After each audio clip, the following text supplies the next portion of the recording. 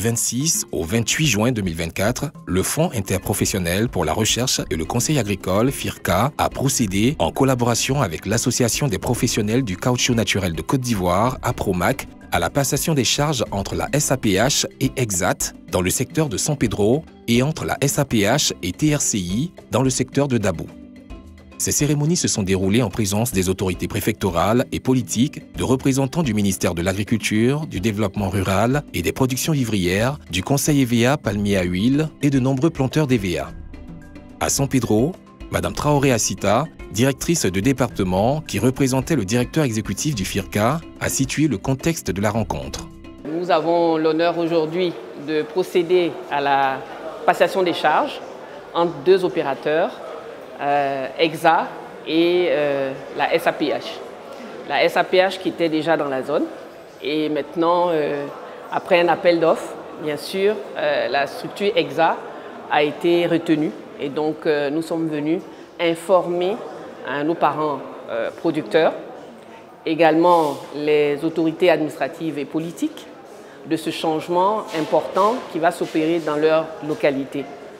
En effet, pour la mise en œuvre des prestations d'assistance technique aux producteurs d'EVA sur la période 2024-2026, le FIRCA, en accord avec l'APROMAC, a procédé à l'attribution des lots par appel d'offres sur l'ensemble des 22 secteurs évéicoles que compte le pays. À la suite de cette mise en compétition des prestataires agréés par le Conseil EVA palmier à huile, certains lots ont fait l'objet de changements de prestataires. Il s'agit des lots 2 et 3 du secteur de Dabou, du lot 22 du secteur de San Pedro et des lots 46, 47, 48 et 49 du secteur de Daoukro. Une passation des charges était donc nécessaire. Ainsi, à Dabou, l'opérateur sortant, SAPH, a mis à la disposition du nouvel opérateur la liste des planteurs géolocalisés et l'a informé sur les acquis des activités menées. Depuis 2005, dans ces deux lots, nous avons évolué avec un effectif de 25 agents, un chef secteur qui couvre toute l'équipe, 4 contrôleurs, 10 moniteurs qui ont su conduire les activités prévues au cahier des charges. Donc ça fait 60 groupes de vulgarisation qui ont été installés dans tout le secteur. C'est 2 belles écoles de saignée qui ont été créées depuis 2019.